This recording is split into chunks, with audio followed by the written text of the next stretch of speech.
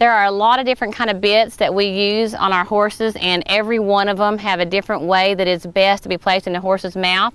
This first one that I'm going to talk about is a Loomis. It's a gag bit. It continually gags, and if you put it too loose in the horse's mouth and hangs down too low, it doesn't have very much effect. So you want to put this bit in the horse's mouth where it gets one little wrinkle.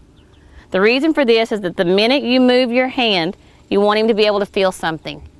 The next bit we're going to talk about is the Goose Tree Simplicity. It's also a gag bit like the Loomis, but gags a little bit less. It needs to be in the corner of the horse's mouth, making about a wrinkle to a wrinkle and a half, for the same reason that the minute you want to move your reins, that the horse actually feels something.